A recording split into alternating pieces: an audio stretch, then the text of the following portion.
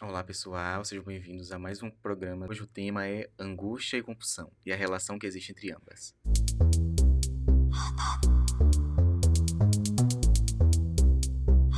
E hoje estamos aqui com a psicóloga Poliana. Agradeço o convite, é um prazer estar aqui com vocês. Meu nome é Poliana Moraes, sou psicóloga há quase 19 anos, né? Amo a profissão e gosto muito da psicanálise e da teoria do apego.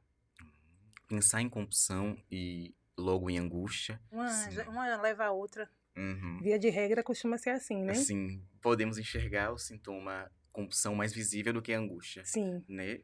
E ainda mais esse movimento contemporâneo no qual estamos, que temos como fundo também o sistema capitalista, que sim. visa cada vez mais a produção em massa. E com isso rompe um pouco da subjetividade, porque conseguimos viver, estamos mais dentro do coletivo do que no subjetivo. E com isso, a compulsão é quase vista como um sintoma normatizado na sociedade. Podemos ver isso até em memes no Telegram. Nossa, o cartão de crédito rompeu o limite e aí a Deus pertence agora como vai ser a forma de pagar. E dentre outros também, o mais visível é de cunho financeiro e do álcool, Isso. né? E temos o sentimento, temos a compulsão como sintoma visível e a angústia que está por trás da compulsão, mas que é pouco falada. Mas a palavrinha angústia também está muito no senso comum, só que ela é lida de uma outra forma. Ela é colocada como aquele sentimento de tristeza, como algo que está premeditado para se acontecer, mas que o sujeito não sabe, e aí ele fica nesse sentimento. Mas, fora a angústia do senso comum, que não está de um todo errado, mas como a angústia se apresenta no contexto clínico? Então, não só no contexto clínico, mas a angústia ela é de fundamental importância para que a gente exista enquanto sujeito, né? Porque a falta que move o sujeito e a angústia sinaliza essa falta. Então, a gente tem que buscar, a gente tem que se movimentar no mundo, na vida, e a angústia é justamente isso, aquilo que eu não tenho, aquilo que eu não suporto, aquilo que ela se coloca nesse incômodo, que é o que a angústia traz, né? E até chegar na clínica, no consultório, como forma de sintoma, né, como os reflexos desse sintoma. Então, a angústia, ela não, o sofrer, não sofrer que degrade a pessoa, um sofrer extenuante, não nesse sentido, mas o sofrimento ele é inerente à vida, Hum, porque a gente tem as nossas limitações enquanto espécie, enquanto sujeito, enquanto pessoa, e tudo bem. Só que na nossa cultura contemporânea, né, moderna e contemporânea, o sofrimento não é possível, não é suportável e principalmente ele não pode aparecer. A falha, a falta não pode aparecer. E é aí que exige de nós, enquanto pessoas, dentro dessa cultura, nessa interação, que a gente sempre esteja bem, sempre esteja é, de forma positiva, alegre, e que não faça contato com essa falta. E é aí que começa mesmo, porque isso é contra a natureza humana. É da natureza humana o lidar com as vicissitudes e lutar pela sua existência e sua sobrevivência, seja ela simbólica e real, sim, né? Então, aí a gente vive numa cultura que vai contra a tudo aquilo que é natural, que é o sofrer, que é o esperar, que sim. são ciclos, o esforçar para ter, o buscar, a passagem do tempo, que isso é da condição existencial do planeta, da sociedade. Mas não, a gente tem que estar sempre postando, tem que estar viralizando, tem que estar lacrando, sempre nos tops trends e tal, então, e tendo que consumir. E quando você falou dos memes do gastar, isso me remete muito a duas coisas, né? Que me chegam. Uma é assim, essa questão mesmo da compulsão, da necessidade desse consumo desenfreado, e a outra que, dentro da nossa desigualdade social, de uma parcela da população que realmente tem uma dificuldade para se manter com dignidade, né? Uhum. De ter acesso. Então, assim, não é difícil ultrapassar esse limite, literalmente. Não é. Não é, porque existir neste contexto, ele tem um custo Sim. financeiro e um custo simbólico, né? Então, aí é que tem uma diminuição, não, uma dimensão não, um apagamento do eu, Sim. Não é o eu que prevalece. Se tem um que... Então, todo mundo tem que ser igual a determinado influência, determinado ator, atriz, então, modelo. Então, os modelos a serem seguidos. Isso é comum da cultura. Agora, a forma como a gente lida, melhor dizendo, e a forma como esses modelos são escolhidos, são elencados e vêm ao topo, vêm à tona, isso é que nos chama a atenção. Sim. Por- E você trouxe uma questão de ideais. E cada vez esses ideais vão mudando e vão ficando mais altos. É. Então o processo de angústia aumenta mais. Podemos colocar que esse processo de angústia se dá com uma... Pegando já ali num cunho psicanalítico, bebendo de Lacan agora. Que ele se coloca como uma perca de um grande outro. E esse grande outro referencial, até mesmo como a sociedade, como um grande referencial. Sim. Né, que ele tem que se enquadrar em questões financeiras, tem que ter aquele celular de última geração, tem que se manter em um nível aparentemente aceito aos outros também, negando suas questões Eu acho subjetivas. que, posso ser que eu esteja enganada, mas assim, me parece que é justamente o apagamento do eu em relação ao outro. Hum, Esse outro é o que consome uma bolsa que eu tenho que trabalhar a vida inteira para ter. Não é mimimi. criticando, não é isso. Mas não é criticando nem a escolha de ninguém, porque a pessoa está falando da sua realidade, ou da Sim, imagem que ela quer passar. Mas aí vem ter esse outro como modelo, né? E que ele vira o padrão, então se torna esse grande outro. E descontextualizadamente, eu querer aplicar isso à minha vida e querer enquadrar o meu eu, e aí é que vem essa angústia, essa frustração e o sintoma em si, que eu não consigo lidar com o fato de que dificilmente eu vou ser igual a fulano, eu posso até ser melhor, mas igual não, porque ela tem a história dela, tem as possibilidades dela, tem a vida dela. Então é nesse sentido que nos chama a atenção quando as pessoas pensam de que maneira eu devo me colocar, eu devo buscar. Quando penso, né? Porque às sim. vezes é só um repetir, Uhum, é só o mais do mesmo. sim. E aí, essa é a grande questão, é essa forma é, não reflexiva de se colocar Sim. diante das demandas. Pode se colocar a compulsão como um fantasma para representar a angústia? E aqui eu pego o fantasma, derivando também um pouco de Lacan, quando ele vai colocar, já no processo final de análise, a passagem pelo fantasma. E essa questão fantasmagórica é algo só presente para o sujeito. É algo que só ele consegue enxergar no momento. Porque a compulsão pode ter... A gente pode querer caracterizar as compulsões, mas cada sujeito vai... me foge a palavrinha agora, mas cada sujeito vai pulsar de uma Vai forma. expressar de uma forma. Sim. Então, você considera... Como um fantasma, eu acho que ele é o reflexo da angústia, esse Uhum, fantasma que fica aí rondando. Porque a partir do momento que ele fica espectrando o sujeito, que ele fica vagando sobre essa pessoa que tem essa compulsão, ele ou ela não deram conta ainda dessa falta. De que angústia é essa? Então aí sempre buscam mais do objeto de desejo e aí acabam vivendo à mercê disso, uhum, né? Porque manter uma compulsão, manter uma adicção, um vício, é você, numa fase mais aguda desse consumo, sim.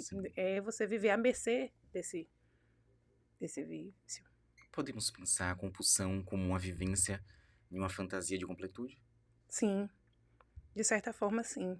Porque é esperar que a falta, que ela não vai existir e que essa medida de completude, ela não chega também. Por isso que também é sempre mais e mais e mais. Até extenuar ou exaurir o sujeito, Sim. né? Chega uma hora que o, o vício, o objeto meio que vence ele. Porque ele não Uhum, dá conta de sorver tanto e a angústia continua. sim. É porque quanto mais há o consumo, mais a angústia. E como você trabalharia na clínica um processo de angústia, mas que chega ali como forma de compulsão? Ou não é fácil, porque tudo que a pessoa não quer é entrar em contato com a dor, Uhum, com a angústia, com a frustração, com a falta, principalmente com a falta.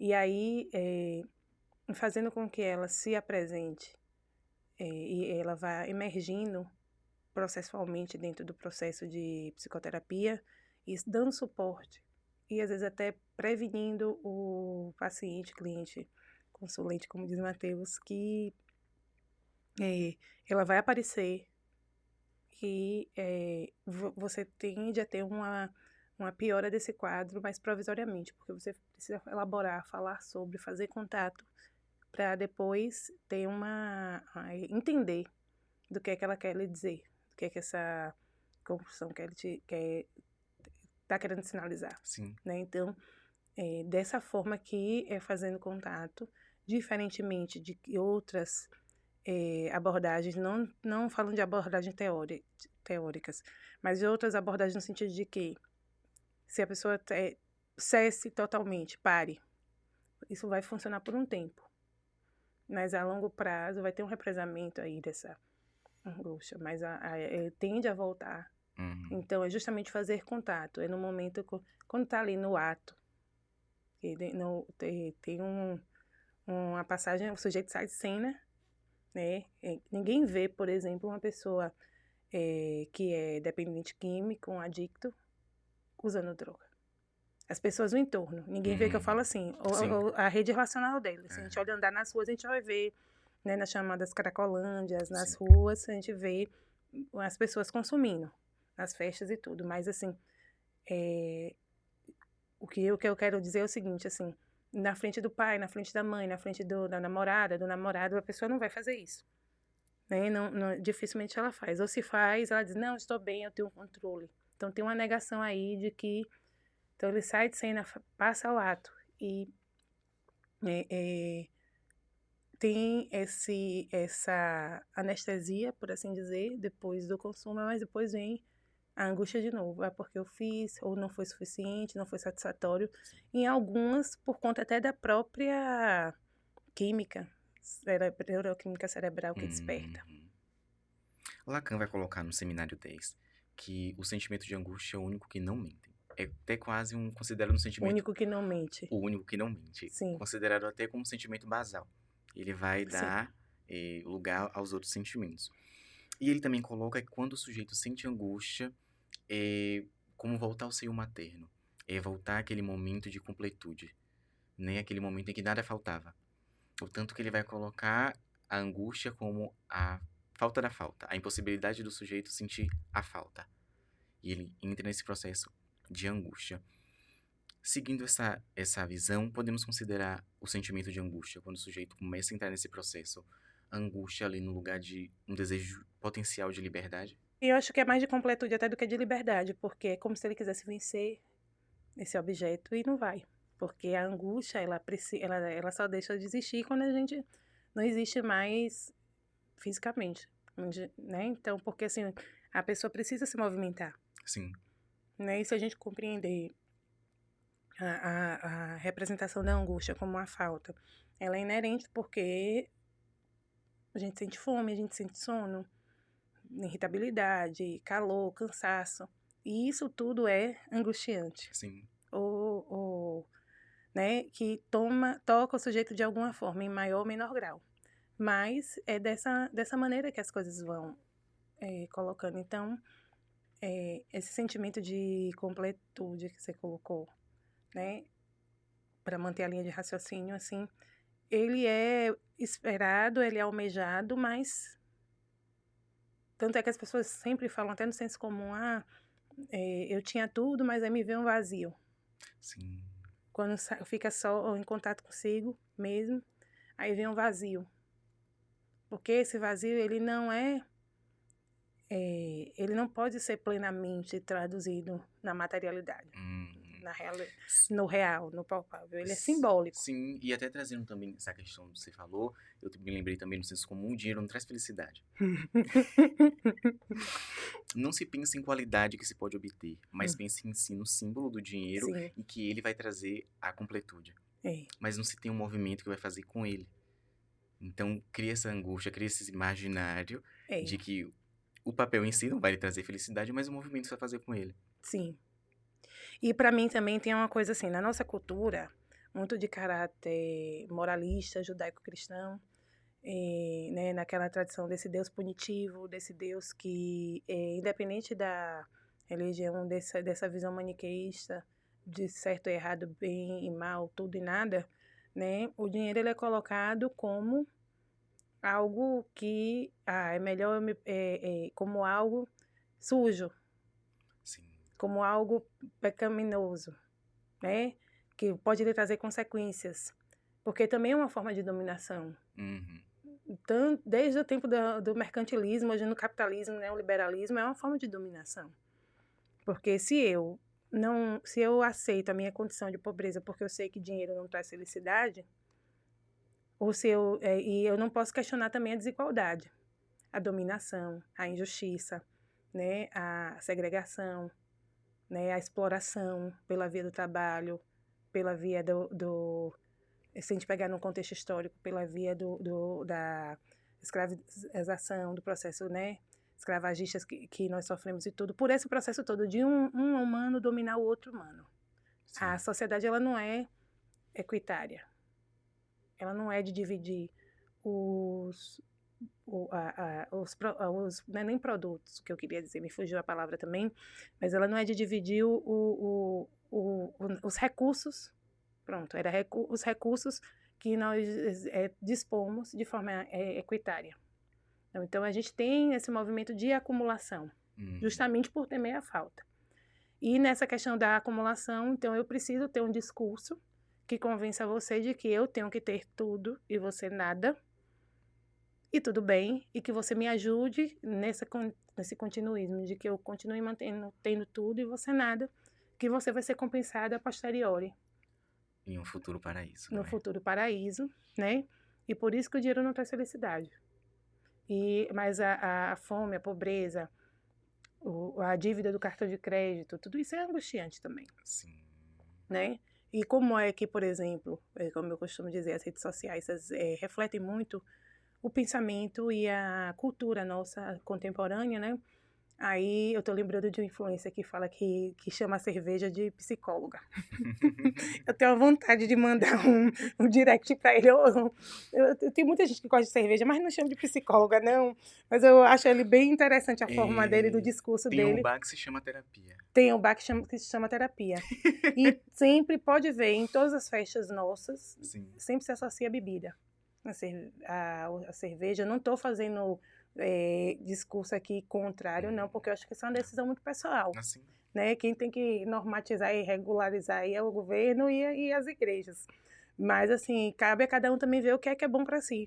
Então, aí, ele fala, não, eu tenho que aliviar, trabalho a semana toda, pego um ônibus cheio, lotado, povo suado, né? sem a dignidade. Assim. A minha dignidade, minhas necessidades básicas, minha existência, minha individualidade já é aviltada de tantas maneiras que eu tenho que atenuar isso, amenizar, amortecer essa dor. E aí vai para a psicóloga, só que não é a psicóloga, é a cerveja, né? E aí eu acho muito interessante porque isso é exaltado como algo a ser feito.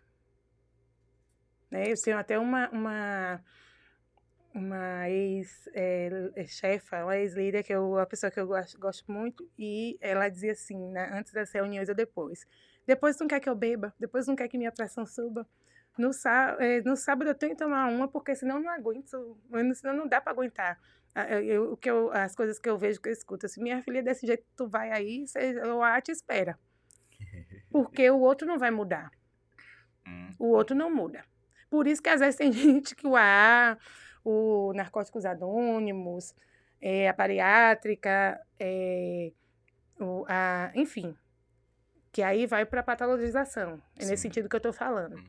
Que são mecanismos importantes, né? Mas por isso que chega a esse patamar, esse ponto. Porque se a pessoa não consegue ficar sem, é porque ela precisa se anestesiar.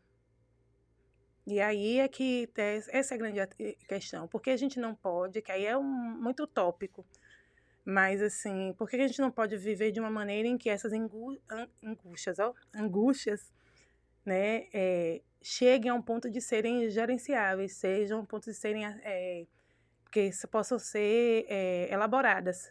Não. Sempre ao longo da história da humanidade, é de uma forma, né, que aliena o sujeito, Assim. né? E aí é justamente assim, a gente não encontrou ainda, enquanto espécie, um equilíbrio para viver com os recursos, para lidar com a falta, para lidar de uma forma harmônica, Uhum. né?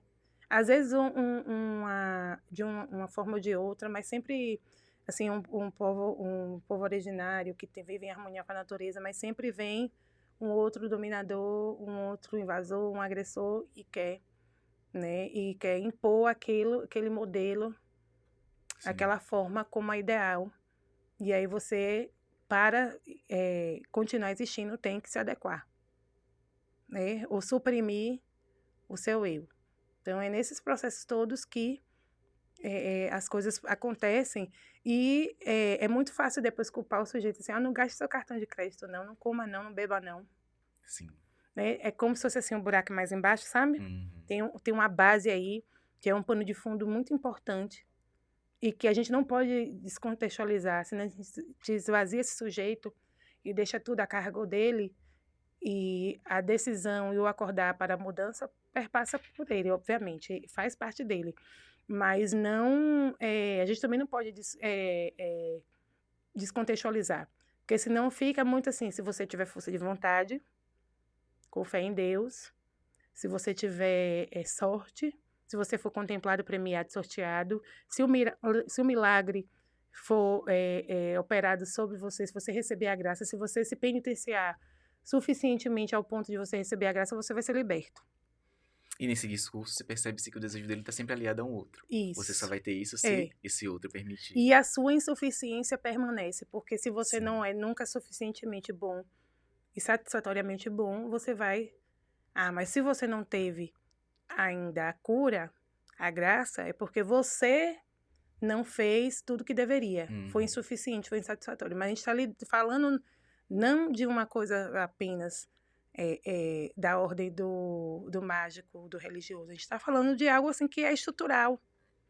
Podemos ver isso em bases familiares, Sim, né? Que tem ali os grandes outros e a pessoa não consegue sair. Na clínica é muito sim. fácil ver isso, É isso, esses movimentos.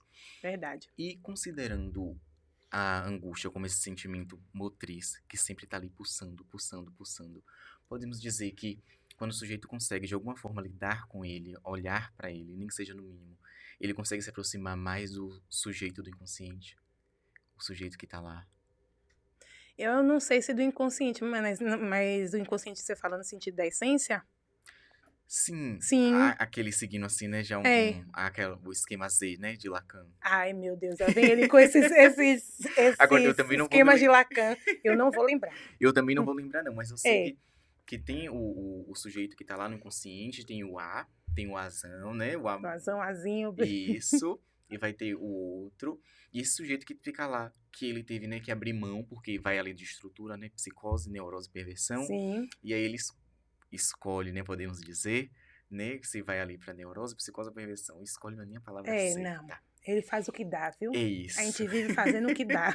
Consciente ou inconsciente mesmo é o que dá. Ele se aliena na promessa ele se assujeita nessa promessa de se tornar um sujeito. E Sim. sempre fica lá pulsando. Então podemos considerar a angústia como. É assim, você se deixar, você sair muito do desejo do outro no sentido de que apenas é o desejo da ordem do outro e se colocar mais em contato com você, com seu eu, consigo mesmo, né, com as suas necessidades essenciais.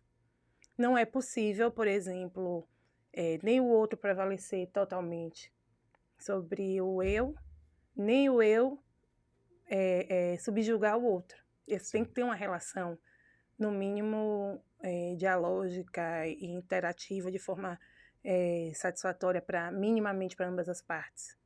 Porque quando tem um desequilíbrio aí, é que a gente vê a angústia e o sintoma. Uma angústia mais exacerbada, né? Então, assim, é o sujeito perceber que a falta mesmo é estruturante para ele. Claro que não vai ser com essa clareza toda que a gente está dizendo aqui, mas no sentido de que, eu tenho minhas limitações e tudo bem, e eu vou aprender estratégias, né? E vou aprender formas, maneiras de simbolizar e elaborar e lidar com elas. Angústia seria a presença do real? Eu acho Ali. que é quando o real se apresenta. Acho que pra mim é quando ele chega e às vezes toma um sujeito de assalto. Assim, e aí diz assim, ó, desde o bebezinho, você não é esse peito da sua mãe, você não essa mãe não é só sua, esse pai não é só seu, você não vai ser esse pai, você não tem o lugar dele, né? Você não vai ser amado por todo mundo. Então ela chega e ele dá uma sacolejada, mas ela é importante. Sim. Ele é fundamental para botar o pezinho no chão, como diz chamar, né? E que a pessoa se adeque à sua realidade e suas possibilidades. Eu acho que é também um dos principais mecanismos que fazem com que a gente viva na coletividade, em sociedade, em família, em grupos. Sim. O ser humano vive em grupos, precisa dos grupos para se estruturar, né? Desde do bebê, ele precisa ser subjetivado, precisa ser erogeneizado, precisa ser vivenciar, melhor dizendo, o processo de apego e de vínculo, que eu acho fundamental, né? Não só eu, mas os estudos dizem aí. E ele precisa disso tudo. Então, o outro é fundamental. A gente não pode ver esse outro somente como um aniquilador, né? O outro traz essa possibilidade. É uma grande ponte para a existência. Mas a forma como essa relação se dá é que é a grande questão. Você trouxe a questão do apego, você também trabalha com apego. Podemos dizer que os vínculos que o sujeito vai estabelecer é uma forma de se lidar com a angústia ou até mesmo de fugir de certa angústia? Eu acho que pode ser encarado dessa forma, mas acho também que é a forma como ele conseguiu se estruturar, né? Às vezes de uma forma mais funcional, outras vezes menos funcional, às vezes até de forma patológica, né? Sim. Psicopatológica, mas é o que ele consegue fazer. Mas é sempre na expectativa de se relacionar de forma amorosa e afetiva com o outro, né? Nós somos seres de afeto. A gente precisa desses afetos para nos mover, né? Nos colocar. Então, essa questão assim de que a gente fala até, não preciso de ninguém, você não tem que ligar para a opinião de ninguém. Não tem mesmo, mas assim, é impossível também, porque esse ninguém, ele nunca vai deixar de existir. Ninguém nunca é ninguém, não é Né? mesmo? Isso. E a gente vive com esse outro aí, com esses ninguéms. Nem que eu não ligo para nenhuma pessoa. Tem uma pessoa que eu conheço que diz assim: eu não ligo para ninguém, quero que se exploda, eu não tô nem aí. Eu sei, mas chega uma hora que vai ter um alguém que você vai ter que respeitar, nem que seja a polícia ou a justiça. Né? Ou a criminalidade, que faz parte da nossa realidade também. Sim. Né? Então tem sempre uma barreira ali. Então não dá para você, mas eu não tô nem aí, eu vou sair barbarizando mesmo, não. Uma hora você vai separado. Ou então vai dominar o mundo, o pink e o cérebro, né? Mas todos que tentaram não conseguiram. Sim. Foram vencidos. E que bom que foram vencidos.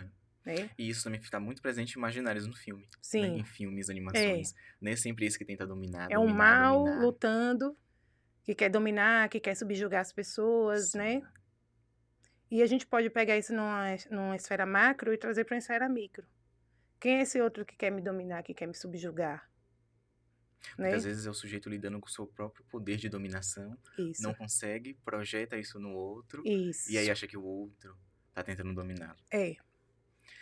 Podemos considerar também a compulsão, pensando em outro tema também, que são relacionamentos tóxicos, que está bem em voga agora. Essa compulsão ali nesses relacionamentos seria uma falta de elaboração do sujeito sobre a sua angústia? Se a gente colocar um relacionamento com o outro como a necessidade, como essa pessoa que sofre, já que ele é um relacionamento tóxico, como você trouxe, se ele sofre, se ele ou ela sofre, se esse sujeito, eu falo ele no sentido de sujeito, sofre, tem um sofrimento, e a partir daí não consegue lidar com essa falta do outro, por mais disfuncional que seja esse relacionamento, por menos afeto do amor, eu confundo Eros com ágape, acho que é o Eros, né?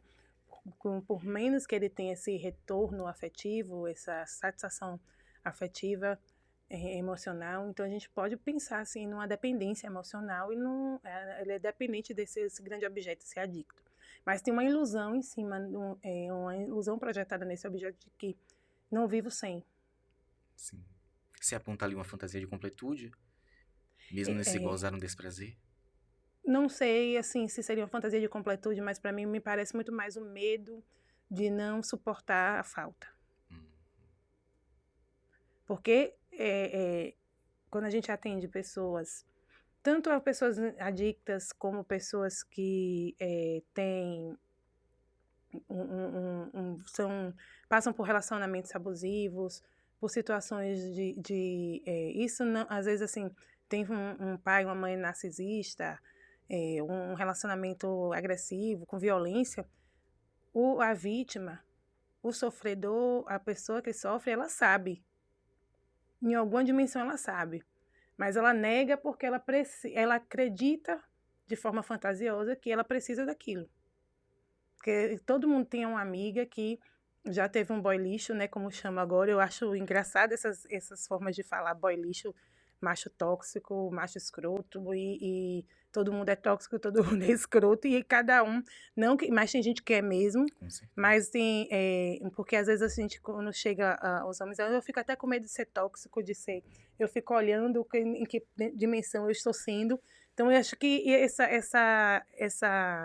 esse despertar, essa reflexão vale a pena.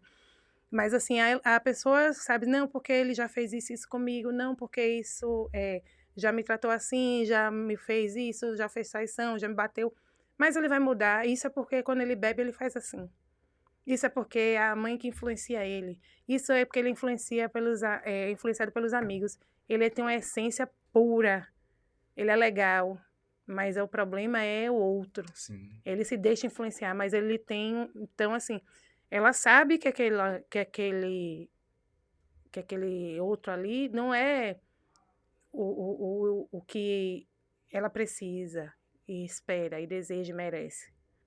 Mas ainda tem para mim essa negação é assim, é como se fosse assim, eu não consigo ficar só. A resistência do sujeito ao olhar para a angústia seria ali por um potencial medo ali de uma mudança Aí você fala do gozo. que não necessariamente ele precisa mudar, né? Mas o mudar é Ainda no assim vai sentido. ser uma escolha dele, mas Isso. eu acho que ele olhar já implica uma Eu acho que o mudança. mudar que você está trazendo aí seria mais ou menos assim do circuito do desejo. Uhum. No circuito do desejo, assim, em relação a esse objeto aí. Já que a gente está falando da perspectiva psicanalítica, porque assim, se eu acho que aquele meu objeto de desejo, que ele não pode deixar de existir, eu tenho medo do que vai ser na falta dele. E é justamente assim, uma das formas que eu acho mais funcionais de lidar com a compulsão é você elencar de forma simbólica, de forma subjetiva, um outro objeto que seja mais funcional. Que é o que a redução, me parece que é o que a redução de danos faz. Sim. Né? Eu lido melhor, de uma forma mais consciente, mais estratégica, menos danosa para mim com esse objeto, e eu aprendo a lidar com ele. Às vezes eu venço, às vezes ele me vence, mas a gente vai caminhando aí, porque já que um dia teve esse encontro, e daí para frente não deu mais para ficar sem, nem que seja assim, o que ele representa, porque tem pessoas assim que param de beber, quando para de vez e nunca mais. Esse Mas corte tem. abrupto muitas É, vezes não funciona. né, funciona com a minoria, né? A maioria é vencida pela bebida, pelo objeto de desejo, né? Ou então com a droga também. Tu teve um contato e depois nunca mais. Mas aí você pode observar que ele substituiu por algo, ou por uma conduta de vida, e de qualquer forma teve um contato. Ou ele já bebeu, ele mudou, mas ele parou de beber. Era dependente químico, mas usava droga, mas aí teve que parar de vez. Então, assim, teve um contato ali, teve um encontro. Teve um momento ali que a falta, que foi disruptivo, e dali pra frente vai ter que aprender a lidar. Uhum. Conseguimos então olhar para a compulsão, trabalhar a compulsão, né, diminuir ali pelo que você trouxe, tipo assim, a gente pode fazer com que esse sujeito substitua a compulsão que está sendo de uma forma disfuncional por uma forma que traga mais qualidade de vida, como tem ali a redução de danos, não Isso. é? Mas esse sujeito pode diminuir bastante a compulsão dele olhando para a angústia, Sim. Mas eu acho tá? que a saída para encontrar uma solução, entre aspas, é justamente olhar para essa angústia. E é difícil, por isso que é tão difícil mudar, porque assim você olha e diz, mas, poxa, eu cheguei nesse fundo de poço, eu comi tanto. Eu trabalhei uma época em equipes bariátricas, né? E as pessoas diziam, eu não percebi o quanto eu engordei. E realmente a gente não percebe, né? Eu não percebi o quanto eu engordei. Eu precisei. Aí vem a culpa, como é que eu me deixei levar até esse peso? Onde é que eu estava que eu não vi? Hum, Ou então, por que que eu bebi tanto? Eu fui perdendo as coisas ao longo do caminho e não vi. Por que que eu gastei tanto? Depois, e quando vai ver, às vezes compra coisa até que não faz muito sentido depois que passa o entorpecimento, sim. né? E aí, assim, onde é que eu estava que eu não vi? Então, acho que é difícil para o sujeito reconhecer e olhar que, ó, eu sou mais frágil do que eu gostaria. E essa danada me vence.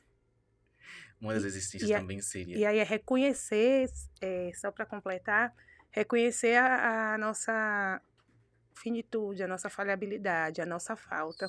E dizer assim, ó, eu não sou tão poderoso, tão gostoso, tão maravilhoso assim, não. Infelizmente ou felizmente eu não sou. E agora, o que é que me sobra?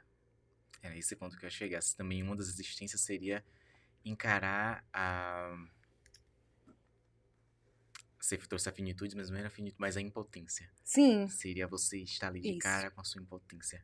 Perante ao outro também é Sim, assim. é, Não é porque ele primeiro a gente pode projetar essa impotência no outro, mas sim, quando trazemos pra gente, olhamos ali, né? A angústia é. trazendo, olha, você não é tudo isso. Isso, você é só Calma. humano, né? Mesmo os grandes ídolos que a gente tem, as grandes coisas, assim, por mais deslumbrantes que elas venham ser, mas ela tem falhas, né? Uhum. E aí não, que tem gente que fala assim, eu não gosto de pensar que, por exemplo, ser amado, o meu ídolo tem bafo, vai ao banheiro, essas coisas ordinárias, escatológicas e ordinárias, humanas, mas é um ser humano, Sim. né? E é por isso que às vezes o cotidiano, o dia a dia, ele vai esmaecendo Uhum. as paixões, Sim. porque traz a realidade. E já caminhando já pro final do episódio, deixa pra gente uma reflexão. Isso é. Olha, Se é que eu posso contribuir esse, claro que pode. com, eh, com o processo de cada um, assim, que a gente possa pensar assim, de que maneira eu posso existir de forma satisfatória para mim. Do que é que eu não abro mão? O que é inegociável para mim em termos de subjetividade? Então, assim, de que forma eu preciso existir minimamente? Sim. Porque é por isso que eu tenho que lutar. Não é com o que o outro me impõe, não é com o sonho que o outro colocou como se fosse o adequado, mas assim, do que é que eu gosto, do que é que eu preciso, do que é que eu não abro mão, o que é fundamental para mim. Isso pode ser com coisas, pessoas, lugares, sentimentos, né? E aí, a partir daí, ver o que é que cabe, o que é que não cabe, e lidando, administrando com essa angústia, porque ela é da vida. A gente perceber que a vida tem suas limitações, suas, né? E tudo bem, sim, o que é que Uhum. sobra? As pessoas dizem que eu sou muito fria, por exemplo, para a morte, que eu aceito muito, que eu sou muito resignada, mas é porque eu sei que, assim, ninguém vai vencer ela, né?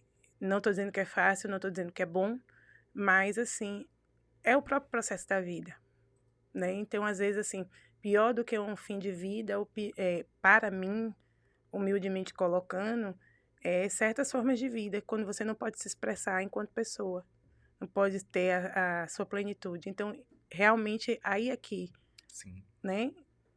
E é nesse sentido, assim, que cada um possa fazer contato com o seu desejo, com o seu eu, e veja qual caminho possível. Às vezes as pessoas esperam que seja algo mágico, fantástico, tipo programa de televisão. Mas a gente tem que encarar o processo de frente, por mais É. doloroso que seja. Eu lembro brincando, falando nesse tema de angústia na sala de aula, um trabalho que eu estava apresentando, que eu perguntei assim: como vocês lidam com o vazio? Foi realmente um corte do real que teve ali, que todo mundo parou. Ficou. Aí teve um, vai começar a terapia agora? Porque realmente é algo que a pessoa. É. E aí me perguntaram, como é que você lida com o seu? E aí a gente vê já o movimento. Eu não Sim. sei olhar pro vazio. Né? É bem E é interessante. difícil, é um aprendizado mesmo, porque assim, em todas as etapas da vida, ele tá ali.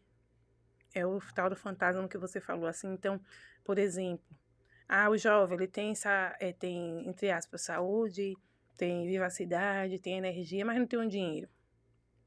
O velho, ele tem um dinheiro, mas não tem a vivacidade. E o jovem tem o tempo, em tese. Tudo em tese, né? Sim. Tudo em tese, porque tudo depende. Nada é garantia de nada, né? Então, a outra pessoa já tem os recursos, já conquistou, mas não tem mais o mesmo tempo, né? E aí, como ir ajustando? Então, esse vazio, ele tá aí. Sempre pra gente aprender a lidar. E eu acho, aí falando muito mais do que de uma dimensão psíquica, psicológica, mas de uma dimensão existencial, em termos de até transcendental. Acho que esse é o grande desafio que nós temos da vida.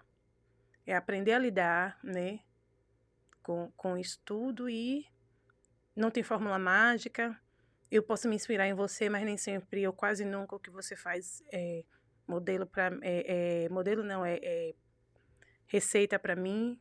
Pode ser uma inspiração, pode ser parâmetro, mas não, né, porque o processo é sempre individual. E assim a gente vai caminhando, né, para ver onde é que dá. Espero que é um lugar muito bom. A gente é capaz de construir esses lugares bons.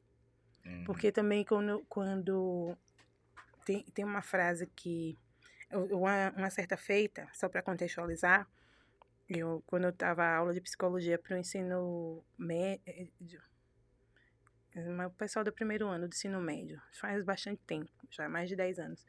Aí eu dava um exemplo, aí um aluno perguntou: professora, você não acredita em Deus, não? Eu disse, não é sobre isso, não. Mas é muito cômodo a gente colocar as coisas a cargo dele, dela, desse grande outro, que esse é o grande outro mesmo, né? É muito cômodo. Então, assim, com fé em Deus, se Deus quiser, vai dar tudo certo, a sorte está lançada e tal. Tudo isso faz parte. Mas, assim, nós precisamos perceber nossas potencialidades para sermos capazes de mudar e adaptar e ajustar nossa realidade. Eu acho que a psicoterapia fala disso, né? Por pior que seja o quadro, a doença, o sintoma, a angústia, mas assim, o que é que você tem agora? Sim. Não tenho nada. Estou acabado. Para não dizer um palavrão, estou mal, né? Senão, quando minha mãe assistir, ela vai brigar. Não foi isso que eu lhe ensinei. Aí, então, estou... A gente faz o quê? Mas, assim, como é que eu vou aprender... Eu esqueci o que eu estava falando, mas, enfim. Então, como é que eu vou lidar com isso, né?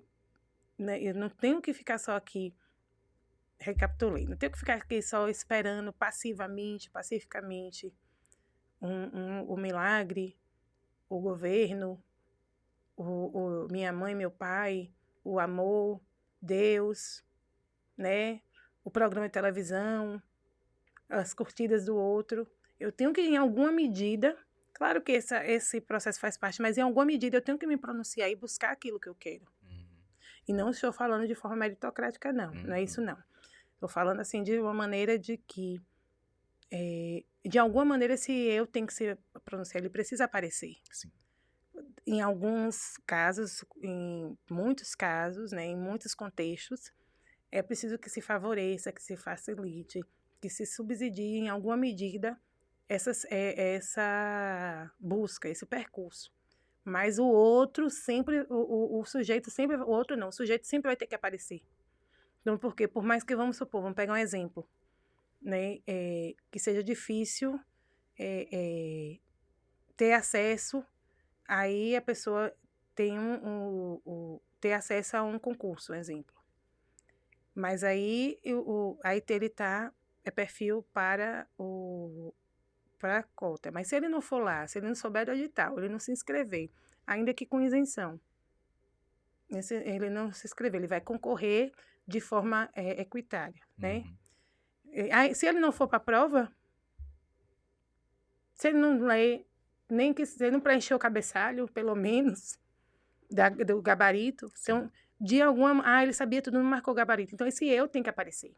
Da mesma forma, tinha compulsão alimentar, fez a bariátrica, mas, assim, em algum momento, ele vai ter que decidir, consciente ou inconscientemente, esse eu vai ter que se colocar, se pronunciar. É nesse sentido que eu falo, assim, de que em alguma medida esse sujeito vai ter que emergir, esse desejo dele vai ter que emergir e vai ter que se pronunciar, encontrar uma estratégia, Sim.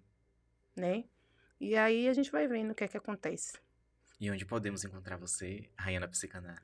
Rainha da psicanálise, não. Quando você fala rainha da psicanálise, eu fico me lembrando das minhas professoras, né? Como, por exemplo, a professora Célia Salles, que é da escola de psicanálise, né? E para mim ela era a rainha da psicanálise, ela e outros tantos, como Bernardino Orne, como aí falando da teoria do apego, Chalub, Alexandre Coimbra, a professora Gabriela Caselato. Não, eu sou um aprendiz que tenta traduzir um pouquinho do conhecimento de uma forma muito pontual, né? Mas sob a minha perspectiva, da minha possibilidade. Não tem rainha, não. Né? E, assim, atualmente, eu clinico online, estou estudando aí voltar para o presencial, provavelmente no segundo semestre. Sou psicóloga escolar e educacional, então eu trabalho com inclusão no ensino superior e faço consultoria para ensino médio e para as escolas regulares, né? Então, costumo, às vezes, intervir junto a professores, junto a coordenadores, diretores, família, corpo docente, né? Então, faço essa consultoria. E também sou professora da RUI, dos programas de estágio em psicanálise, né? A gente agora está com um grupo de estudos em psicanálise que está se estruturando aí. Futuramente, eu acho que a gente pode pensar no grupo de estudos de teoria do apego. Eu acho que aqui na Bahia eu sinto muita falta desses estudos, dessas teorias psicodinâmicas que falam de desenvolvimentistas, porque elas têm muito conhecimento agregado, muita pesquisa, muita novidade, que falam de técnicas que podem ser utilizadas de de forma bem estratégica. Então, eu sinto essa necessidade mesmo desse estudo continuado, né?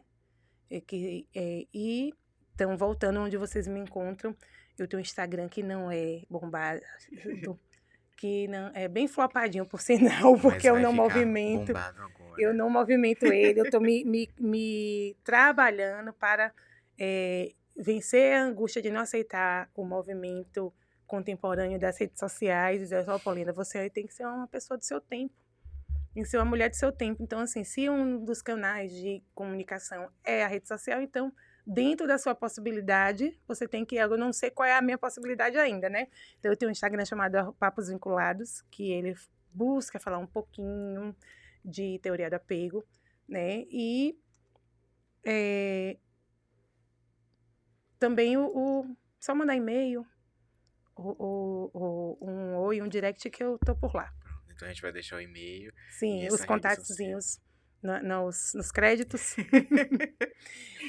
E é isso. Mas, assim, acho que é um assunto que não se esgota aqui. Não. Não, A né? gente fez só um recorte, É, mini recorte. que você falou muito sobre a estrutura da compulsão, né? Agora é preciso, assim, olhar o objeto de desejo da compulsão. Ele fala muito sobre o sujeito, né? Já para também não me delongar muito. Então, quando uma pessoa tem uma compulsão que pode atentar contra a vida dela a curtíssimo prazo, É numa escala decrescente, né? Que aí a pessoa vai se colocando em situações, em contextos de fragilidade, de vulnerabilidade e de perigo, muitas vezes, mas assim, a relação com o objeto e a forma como ela consome esse objeto também diz muito da dor dela. Isso é Que não é, importante a gente olhar enquanto é, profissional. não é o objeto que faz o sujeito, mas o sujeito que faz o objeto de compulsão. Exatamente, né? Porque assim como também não são os fãs que fazem o ídolo, da mesma forma. Lembrando, pessoal, curte, comenta e compartilha.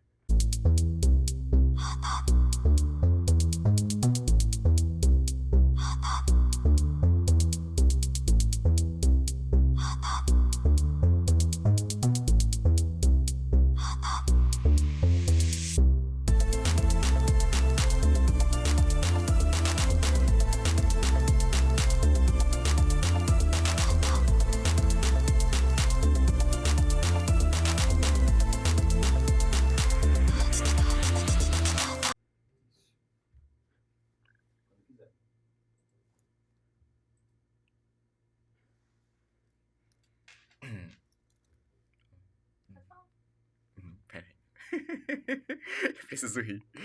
Vou botar pra fora agora. Olá, pessoal. Calma. Pode ir correndo, né? Eu posso errar Pode, e fazer depois ele voltar. edita.